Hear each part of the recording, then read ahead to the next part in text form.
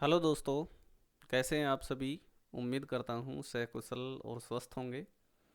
मैं हेमंत स्वामी फिर एक नए वीडियो के साथ आपके समक्ष उपस्थित हूँ। आज हमारा अध्ययन का विषय है कक्षा 12 की हिंदी पाठ्य पुस्तिका आरोह द्वितीय के काव्य खंड का अध्याय कैमरे में बंद अपाइज, जिसके कवि हैं रघुवीर साय। तो इसका एक अंश हम पिछले वीडियो में अध्ययन कर चुके हैं। अगर आपने वो नहीं देखा है तो इससे पूर्व आप वो वीडियो प्लेलिस्ट में जाकर देख सकते हैं, और चैनल को अभी तक सब्सक्राइब नहीं किया है तो चैनल सब्सक्राइब कर लें, ताकि आपको आपके विषय और कक्षा से संबंधित जानकारी यथाशीघ्र प्राप्त हो जाए और आप लाइव का भी लाभ उठा सकते हैं। तो पिछले वीडियो में हमने अध्ययन किया था इस कविता का मूल प्रतिपाद्य, इसका सारांश, प्रथम पद जिसकी व्याख्या, उसका शिल्प सौंदर्य और उसके अर्थ ग्रहण प्रश्न।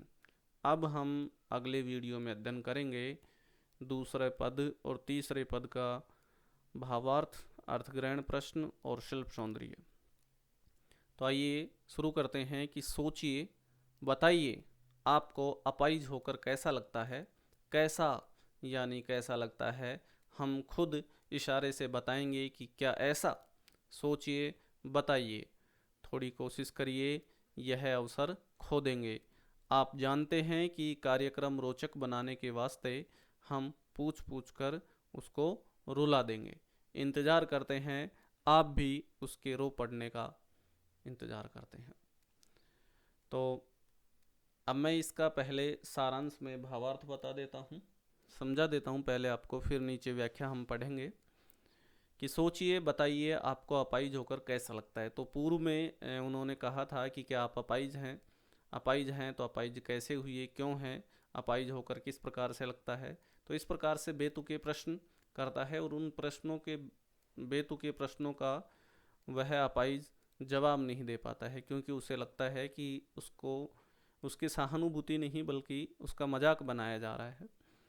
तो फिर प्रश्नकर्ता या संवाददाता उससे टीवी वाले पूछते हैं, मीडिया वाले, कि सोचिए और बताइए कि आपको अपाइज विकलांग होकर कैसा अनुभव होता है। क्या क्या पीड़ा होती है, क्या दुख कष्ट होता है आपको, बताइए। यानी कैसा लगता है, अर्थात इस अपंगता से या इस अपाइजपन से आपको किस प्रकार की कौन कौन सी पीड़ा होती है और आप उनका कैसे सामना करते हैं, ये बताइए। हम खुद इशारे से बताएंगे कि क्या ऐसा। तो वो इन बेतुके प्रश्नों का जवाब नहीं दे पाता है। तब वो स्वयं, मीडिया वाले स्वयं प्रश्नकर्ता विभिन्न प्रकार के इशारे करके और उससे उसे बताते हैं, अर्थात दर्शकों को बताते हैं कि इस प्रकार से ये अपंग व्यक्ति को ये पीड़ा होती है। जैसे कि कोई पैर से अपंग है तो वह लंगड़ा कर चलेगा, अपने पैर को किसी बैसाखी या लकड़ी के सहारे टिकाएगा। तो इस प्रकार से भद्दे भद्दे इशारे करके और दर्शकों को समझाते हैं कि क्या ऐसा ऐसा लगता है आपको, क्या इस प्रकार से आपको पीड़ा होती है। फिर आगे बताया है कि सोचिए, बताइए, थोड़ी कोशिश कीजिए, कि थोड़ा कोशिश कीजिए और सोचकर हमें बताओ कि आपकी क्या पीड़ा होती है, क्या दुख दर्द है आपको, कैसा महसूस होता है इस अपाइजपन से।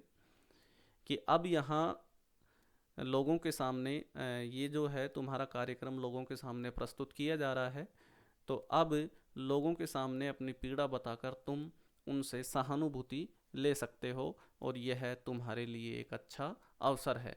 अगर तुम नहीं बताओगे तो तुम ये अवसर खो दोगे। फिर आगे है कि आप जानते हैं कि कार्यक्रम रोचक बनाने के वास्ते हम पूछ पूछ कर उसको रुला देंगे। तो ये उस पर, मीडिया वालों पर व्यंग किया गया है कि ये सभी लोगों को पता है कि वह उनके कार्यक्रम को रुचिपूर्ण, रोचक, प्रसिद्ध बनाने के लिए उसे पूछ पूछ कर उसको रुला देंगे। उससे इस प्रकार से अटपटे बेतुके भद्दे प्रश्न पूछेंगे जिससे वह रो पड़ेगा, और इंतज़ार करते हैं आप भी उसके रो पड़ने का। और फिर ये बताया गया है कि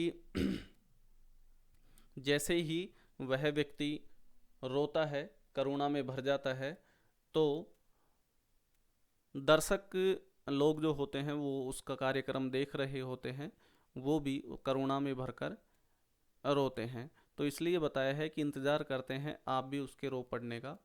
तो बहुत से दर्शक ये भी इंतज़ार करते हैं कि ये रोए और जिससे सहानुभूति प्रकट हो सके। तो अब इसकी व्याख्या हम अध्ययन करते हैं कि इस काव्यांश में कवि कहता है कि मीडिया के लोग अपाइज से बेतुके सवाल करते हैं, बेबुनियादी सवाल करते हैं। वे अपाइज से पूछते हैं कि अपाइज होकर आपको कैसा लगता है, यह बात सोचकर बताइए। यदि वह नहीं बता पाता तो वो स्वयं ही उत्तर देने की कोशिश करते हैं और भिन्न भिन्न भांति के इशारे करके और उन्हें ऐसा महसूस होता है ये बताते हैं। थोड़ा सोचकर और कोशिश करके बताइए। यदि आप इस समय नहीं बता पाएंगे तो यह सुनहरा अवसर खो देंगे, क्योंकि कार्यक्रम जनता देख रही है, लोग देख रहे हैं। अपाइज के पास इससे बढ़िया मौका नहीं हो सकता है कि वह अपनी पीड़ा को समाज के सामने रख सके, जिससे उसे सहानुभूति प्राप्त हो सके। मीडिया वाले कहते हैं कि हमारा लक्ष्य कार्यक्रम को रोचक बनाना है और उसके लिए हम ऐसे प्रश्न पूछेंगे कि वह रोने लग जाएगा, तो उसे रोने के लिए मजबूर कर देंगे। वे समाज पर भी कटाक्ष करते हैं कि वे भी उनके रोने का इंतज़ार करते हैं। तो समाज में भी काफ़ी लोग ऐसे हैं जिन पर कटाक्ष किया गया है कि वे लोग भी उनके करुणा को देखने के लिए रोने का इंतज़ार करते हैं।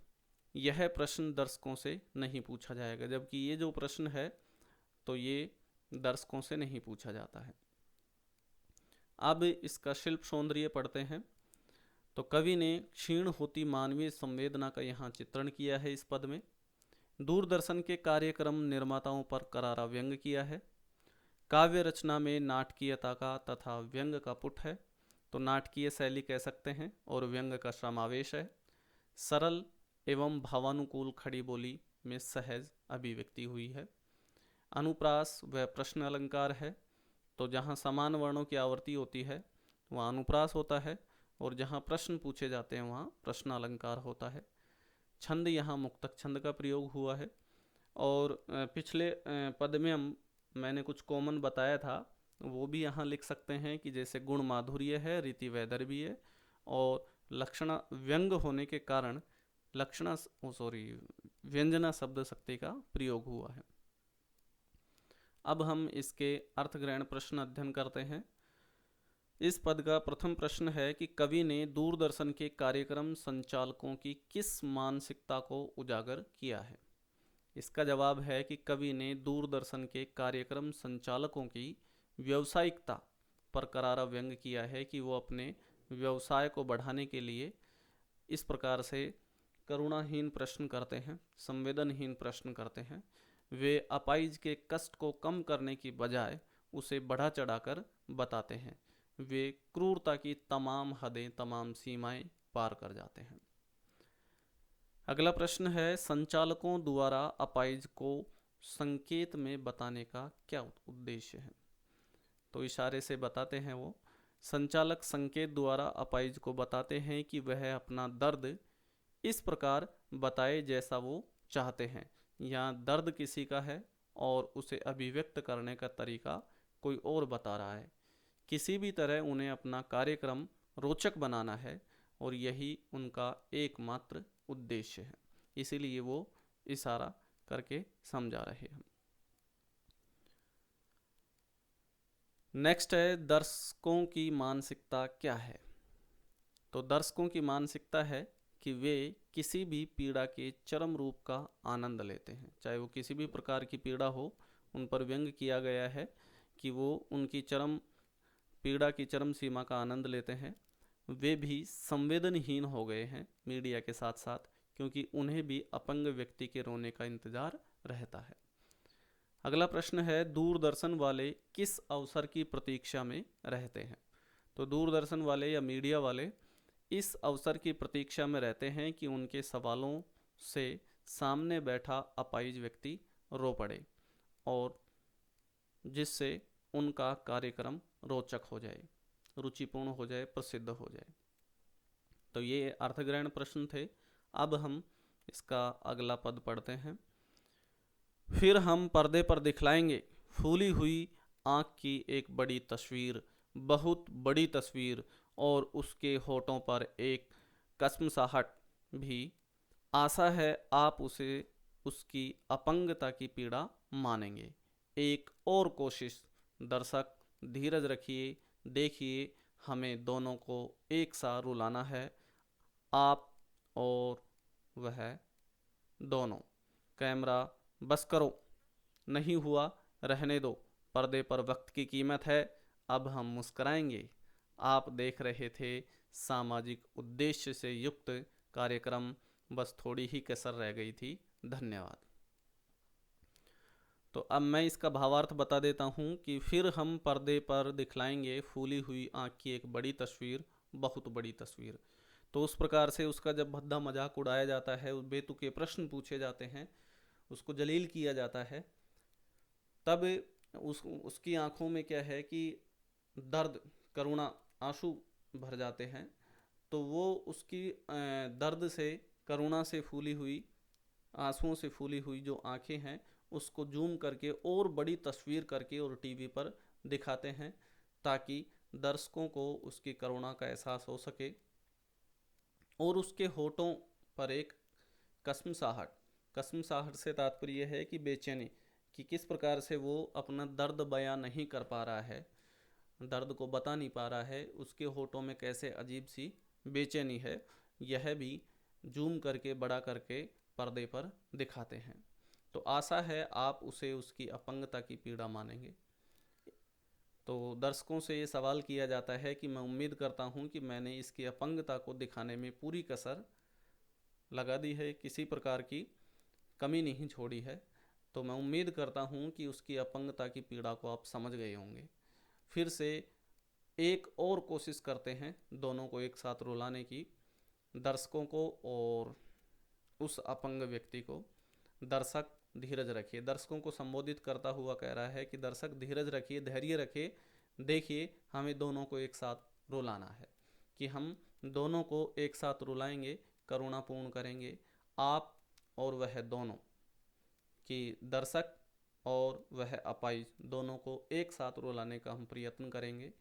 फिर वो कैमरामैन को संकेत करता हुआ कहता है कि बस करो, रहने दो, कि अब बंद करो, अब बहुत हो गया है, रहने दो, पर्दे पर वक्त की कीमत है, कि एक एक मिनट की पर्दे पर, मीडिया पर कीमत होती है, कोई और कार्यक्रम करना है। अब हम इस कार्यक्रम को बंद करेंगे और इस कार्यक्रम को बंद करने के बाद अब हम मुस्कुराएंगे और फिर दर्शकों को कहेंगे कि आप देख रहे थे सामाजिक उद्देश्य की पूर्ति करने वाला यह कार्यक्रम। हम बस थोड़ी ही कसर रह गई थी कि हम दोनों को एक साथ नहीं रुला पाए, दर्शकों को और उस अपाहिज व्यक्ति को। अंत में धन्यवाद कहकर वो कार्यक्रम समाप्त करता है। तो यहाँ जो है ये आप देख रहे थे सामाजिक उद्देश्य की पूर्ति।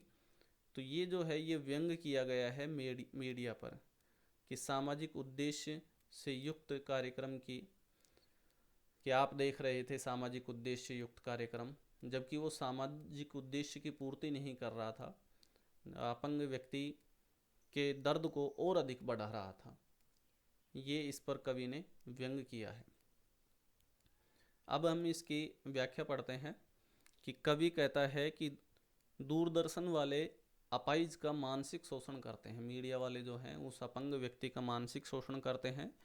वे उसकी फूली हुई आंखों की तस्वीर को बड़ा करके पर्दे पर दिखाएंगे, वे उसके होठों पर होने वाली बेचैनी और कुछ न बोल पाने की तड़प को भी दिखाएंगे, कि किस प्रकार से वो उनके बेतुके प्रश्नों को सुनकर और शांत हो जाता है, उसके होठों पर अजीब सी बेचैनी दिखाई देती है। ऐसा करके वे दर्शकों को उसकी पीड़ा बताने की कोशिश करेंगे। वे कोशिश करते हैं कि वह रोने लगे। साक्षात्कार अर्थात इंटरव्यू लेने वाले दर्शकों को धैर्य धारण करने के लिए कहा जाता है। वे दर्शकों व अपाइज दोनों को एक साथ रुलाने की कोशिश करते हैं। तभी वे निर्देश देते हैं कि अब कैमरा बंद कर दो। यदि अपाइज व्यक्ति अपना दर्द पूर्णतः व्यक्त नहीं कर पाया तो कोई बात नहीं, पर्दे पर समय बहुत महंगा है, वक्त की कीमत होती है। इस कार्यक्रम के बंद होते ही दूरदर्शन मीडिया वाले कार्यरत सभी लोग मुस्कुराते हैं और यह घोषणा करते हैं कि आप सभी दर्शक सामाजिक उद्देश्य से भरपूर कार्यक्रम देख रहे थे, और अंत में ये जताना चाहते हैं कि हमने ये जो कार्यक्रम किया था ये सामाजिक उद्देश्य की पूर्ति हेतु किया था। इसमें थोड़ी ही कमी यह रह गई थी कि हम आप दोनों अर्थात दर्शकों को और उस अपाहिज व्यक्ति को एक साथ नहीं रुला पाए। फिर भी हम यह कार्यक्रम देखने के लिए आप सभी का धन्यवाद है।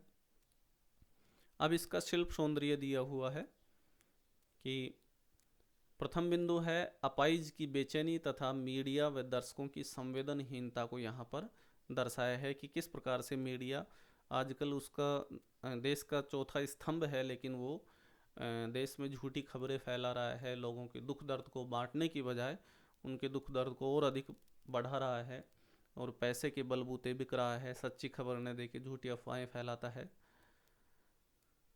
और मुक्त छंद का यहाँ प्रयोग हुआ है, उर्दू शब्दावली का ही सहज प्रयोग हुआ है। पर्दे पर पै की आवृत्ति होने से अनुप्रास अलंकार है और व्यंग्यपूर्ण नाटकीयता है। और इसके साथ ही मैंने बताया था कि व्यंग होने के साथ साथ इसमें व्यंजना शब्द शक्ति है, गुण माधुर्य है और रीति वैधर्भी है। अब हम इसके अर्थग्रहण प्रश्न पढ़ते हैं कि कार्यक्रम संचालक पर्दे पर फूली हुई आंख की तस्वीर क्यों दिखाना चाहता है।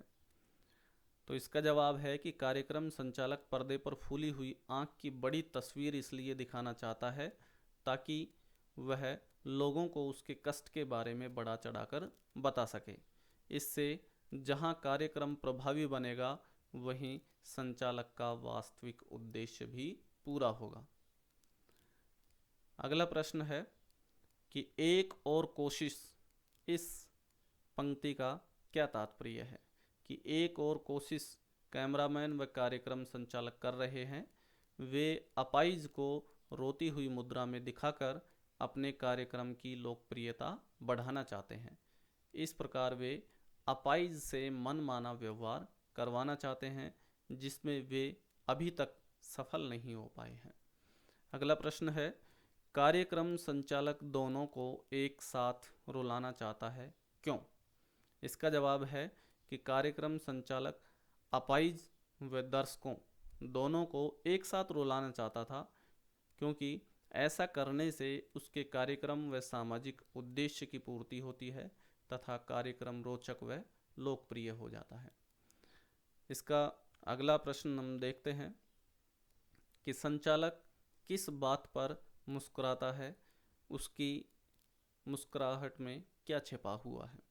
तो इसका जवाब है कि संचालक कार्यक्रम खत्म होने पर मुस्कुराता है। उसे अपने कार्यक्रम के सफल होने की खुशी है, उसे अपाहिज की पीड़ा से कोई लेना देना नहीं है। इस मुस्कुराहट में मीडिया की संवेदनहीनता छिपी हुई है। ये तथ्य स्पष्ट किया है इसमें पूरी ही कविता में कि किस प्रकार से मीडिया संवेदनहीन होकर लोगों के दुख दर्द बांटने के बजाय उनके दुख दर्द को, पीड़ा को और अधिक बढ़ाता है। तो उनकी इस मुस्कुराहट में संवेदनहीनता छिपी हुई है। इसमें पीड़ित के प्रति सहानुभूति नहीं बल्कि अपने व्यापार की सफलता छिपी हुई है। तो इस प्रकार से हमने इस संपूर्ण अध्याय का भावार्थ, शिल्प सौंदर्य, अर्थग्रहण प्रश्न अध्ययन कर लिए हैं। अगले वीडियो में आप इसके NCERT पाठ्य पुस्तक के प्रश्न अध्ययन कर सकते हैं। वीडियो देखने के लिए धन्यवाद। चैनल को अभी सब्सक्राइब नहीं किया है तो सब्सक्राइब कर लें। Thank you.